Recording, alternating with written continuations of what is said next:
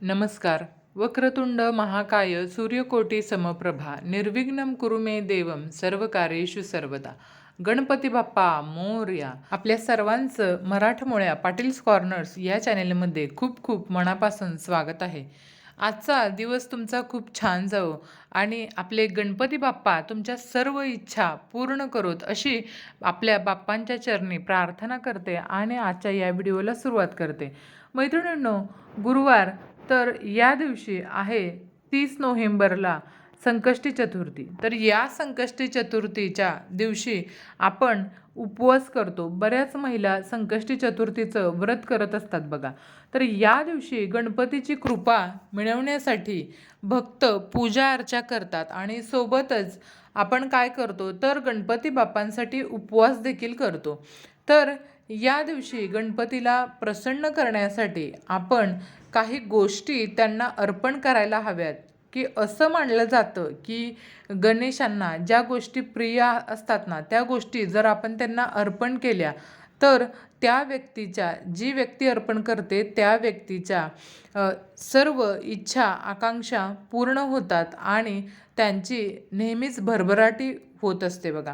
म्हणून आपण गणपती चतुर्थीच्या दिवशी, गणेश चतुर्थीच्या दिवशी काही छोटे छोटे असे उपाय करायचे आहेत की जे उपाय केल्यामुळे आपले गणपती बाप्पा आपल्यावरती प्रसन्न होतील आणि आपल्याला नेहमी आशीर्वाद देतील. तर गणेशाला प्रिय असणाऱ्या अशा गोष्टींमध्ये सर्वात प्रथम म्हणजे दुर्वा आहेत बघा. दुर्वांचा समावेश होतो पूजेमध्ये. दुर्वाला अतिशय महत्त्वाचं असं स्थान आहे आणि दुर्वांशिवाय गणपतीची पूजा अपुरी मानली जाते. आणि सोबतच दुर्वाला मंगल कार्य जसे की ग्रह प्रवेश असू देत किंवा विवाह करण्याचा असू दे, त्या दरम्यान आपण प्रत्येक पूजेमध्ये गणपती बाप्पांची पूजा ही करतोच आणि या प्रत्येक पूजेमध्ये आपण गणपती बाप्पांना दुर्वा ह्या वाहतो. म्हणून दुर्वांना अतिशय अनन्यसाधारण असं महत्त्व आहे. तर प्रत्येक महिलांनी दर बुधवारी आणि चतुर्थीच्या पूजेदरम्यानही दुर्वांचा वापर नक्की करावा पूजेमध्ये. कारण या दिवशी दुर्वांचे काही चमत्कारिक सिद्ध होतात बघा. म्हणून आपण या दिवशी काही उपाय करणार आहोत. ते उपाय आपण दुर्वांचे उपाय सर्वप्रथम पाहणार आहोत. तर ते कोणते आहेत ते, जर तुम्हाला आर्थिक समस्याने ग्रासलं असेल म्हणजे काय, तर तुमच्याकडे पैसा येतो पण तो टिकत नाही आहे, तर अशा वेळी आपण काय करायचं, तर आपण काय करायचं बघा. तर गणपती बाप्पाला चतुर्थीच्या दिवशी काही विशेष असे दिवस असतात की ज्या दिवशी आपण ज्या त्या देवांची पूजा केली तर त्याचे फळ आपल्याला नक्कीच मिळते. म्हणून आपण चतुर्थीचा दिवस हा अतिशय महत्त्वाचा असा दिवस आणि या दिवशी जर आपण गणपती बाप्पाला किंवा लक्ष्मी मातेला त्याबरोबरच लक्ष्मी मातेला सुद्धा आपण जर पूजन केलं तर आणि काही गोष्टी अर्पण केल्या तर नक्कीच आपल्या इच्छा पूर्ण होतात बघा. यामध्ये आपण काय करायचं, तर कोणत्याही सकाळी किंवा संध्याकाळी तुम्ही करू शकता. जर तुम्ही संकष्टी चतुर्थीचं व्रत करणार असाल तर तुम्ही ही गोष्ट नक्की करा. तर काय करायचं आहे बघा, 11 दुर्वांचा एक बंच तुम्हाला घ्यायचा आहे किंवा 21 दुर्वांची तुम्हाला एक जुडी घ्यायची आहे आणि ही जुडी तुम्हाला तुमच्या देवघरामध्ये तुम्ही बसायचं आहे. देवाच्या समोर देवपूजा वगैरे करून झाल्याच्या नंतर तुम्हाला काय करायचं आहे, 21 दुर्वांची जुडी तुमच्या हातामध्ये घेऊन बसायचं आहे आणि गणपती अथर्वशीर्षाचं पठण करायचं आहे बघा.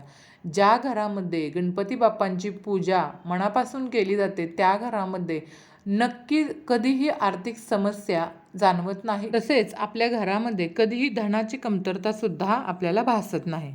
आता आपण पाहणार आहोत की संकष्टी चतुर्थीला आपण जसं की थंबनेलमध्ये पाहिलं की तांदळाचे 11 दाणे आपण कुठे, असं कोणतं ठिकाण आहे की त्या ठिकाणी ठेवायचे आहेत आणि कशा प्रकारे ठेवायचे हे सुद्धा आपण पाहणार आहोत. तर बघा, बरेच लोक आपल्या पाकिटामध्ये वेगवेगळ्या वस्तू ठेवत असतात. तर तुम्हाला काय करायचं आहे बघा, तुम्हाला काय करायचं आहे तर तुमच्या पाकिटामध्ये तुम्ही बिनकामाच्या कागदाने भरलेली बऱ्याच लोकांचे पाकिट असतात. तर ती कागद काढून त्या जागेला तुम्हाला काय करायचं आहे, तर या संकष्टी चतुर्थीच्या दिवशी 11 तांदळाचे दाणे घ्यायचे आहेत. देवपूजा करून झाल्याच्या नंतर तुम्ही देवघरासमोर आपल्या बसायचं आणि हे 11 तांदळाचे दाणे म्हणजेच अक्षदा 11 घ्यायच्या आणि त्या अक्षदा गणपती बाप्पांच्या समोर ठेवायच्या. त्याच्यावरती हळदी, कुंकू आणि फूल अर्पण करायचं आणि त्याच्यानंतर आपल्याला गणपती अथर्वशीर्षाचं पठण करायचं आहे. 11 वेळा गणपती अथर्वशीर्षाचं पठण तुम्हाला या ठिकाणी करायचं आहे आणि त्याच्यानंतर काय करायचं बघा. 11 वेळा गणपती अथर्वशीर्ष तसंच 1 वेळा गणपती स्तोत्र तुम्हाला म्हणायचं आहे. आता हे म्हणून झाल्याच्या नंतर त्या ज्या 11 अक्षदा आहेत, तांदळाचे दाणे आहेत, ते एका पुडीमध्ये बांधायचे आणि ही पुडी ते रात्रभर तिथेच ठेवून द्यायचे गणपतीच्या पुडी आणि सकाळी उठून मग ते एका पुडीमध्ये बांधायचे आणि ती पुडी आपल्या पाकिटामध्ये आपल्याला नेहमी ठेवायची आहे. पाकिटामध्ये किंवा महिला ज्या गोष्टी पर्स पर्स वापरतात तर या पर्समध्ये महिलांनी ही पुडी ठेवून द्यायची आहे. यामुळे काय होतं तर यामुळे आपलं पाकीट कधीही रिकामं राहत नाही आणि आपल्या पाकिटामध्ये नेहमी पैसे भरलेले राहतात. तर अजून एक उपाय सांगते तर व्यवसाय व्यवहारामध्ये व्यवसाय धंद्यामध्ये काही तुम्हाला लाभ मिळण्यासाठी तुम्ही काय करायचं आहे बघा. आज संकष्टी चतुर्थीच्या दिवशी तुमच्या पाकिटामध्ये एखादं चांदीचं नाणं ठेवायचं असतं. हे अतिशय शुभ लक्षण असतं म्हणून आपण या संकष्टी चतुर्थीच्या दिवशी आपल्या व्यवसायामध्ये काही वरचढ होत असेल तर आपण आपल्या पाकिटामध्ये किंवा ज्या ठिकाणी तुम्ही व्यवसायाचे तुमचे पैसे ठेवता तिजोरी असेल या तिजोरीमध्ये एक चांदीचं लक्ष्मीचं नाणं जे असतं ते नाणं तुम्हाला तुमच्या तिजोरीमध्ये ठेवायचं आहे. अजून एक उपाय म्हणजे तोही अतिशय साधा आणि सोपा आहे. या चतुर्थीच्या दिवशी तुम्ही नक्की करा.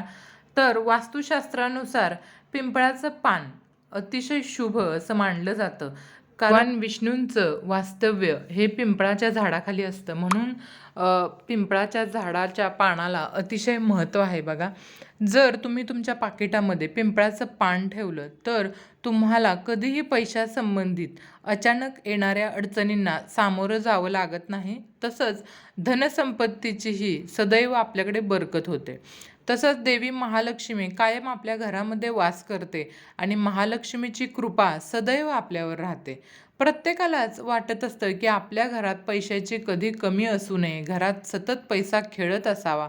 याकरता प्रत्येकजण रोज काही ना काही उपाययोजना करत असतं. तर प्रत्येक व्यक्ती महालक्ष्मीची कृपा आपल्यावर होण्याकरता प्रयत्न करत असतो. मी सांगितलेले शास्त्रशुद्ध उपाय तुम्ही जर केले तर याचा नक्कीच तुम्हाला लाभ होईल आणि या उपायाने सांगितलेल्या वस्तू जर तुम्ही तुमच्या पाकिटात ठेवल्या तर तुमच्यावर महालक्ष्मीची कृपा बरसेल आणि तुम्हाला कधीही धनाची चिंता भासणार नाही. तर झालेली सेवा बाप्पाच्या चरणी अर्पण करते आणि हा व्हिडिओ इथेच थांबवते. व्हिडिओ आवडला असेल तर चॅनेलला लाईक आणि सबस्क्राईब नक्की करा.